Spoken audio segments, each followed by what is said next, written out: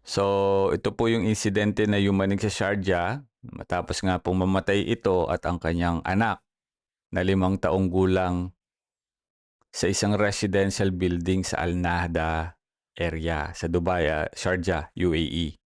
Well, ayon sa mga chismoso at mga building staff, pinaniniwala ang itinapon umano ng babaeng ito ang kanyang anak, no, mula sa balkonahe ng kanilang apartment sa 15th floor bago din daw siya tumalon. Dahil may mga ilang parking floors po at gym level pa sa gusali, tinatayang mula nasa mahigit 20 palapag na bumagsak ang taong ito.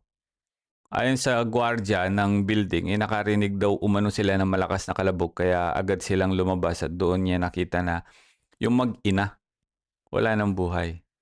At agad nilang tinawagan ng pulis at ambulansya ngunit huli na ang lahat. Ang lalong naging nagpabigat sa kwento dahil ayon sa mga kapitbahay, isang araw bago mangyari ang trahedya, ay nagkaroon umano ng family dispute at nakapunta pa raw ang pulis sa kanilang apartment. Sinabi rin umano ng asawa na babae na may pinagdaraanan itong problema sa mental health. Itong babae na to. Ang asawa naman ay nagtatrabaho sa Dubai ay iniimbestigan ngayon ng mga authorities upang malaman ang buong katotohanan sa nangyari. Ayon sa mga nakakakilala sa pamilya, matagal na silang kasal at mahigit 7 taon na rin nakatira sa naturang gusali. Kilala umano ang bata bilang palakaibigan at masiyahin. Imagine mo, 5 years old. 5 years old. Ewan ko, no?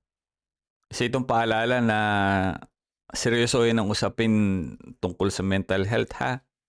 Lalo na sa mga OFW at mga migrant families na malayo sa sariling bansa na kadalasan kinikim-kim lang yung problema.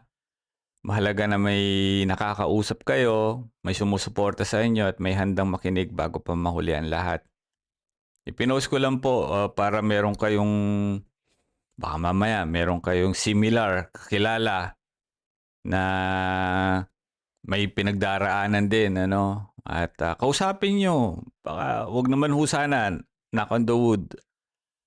Gawin ng mga kakilala ninyo, ginawa nila, kung totoo man, suicide yun eh. Kakalungkot po. Rest in peace po sa mag-ina and condolence sa family.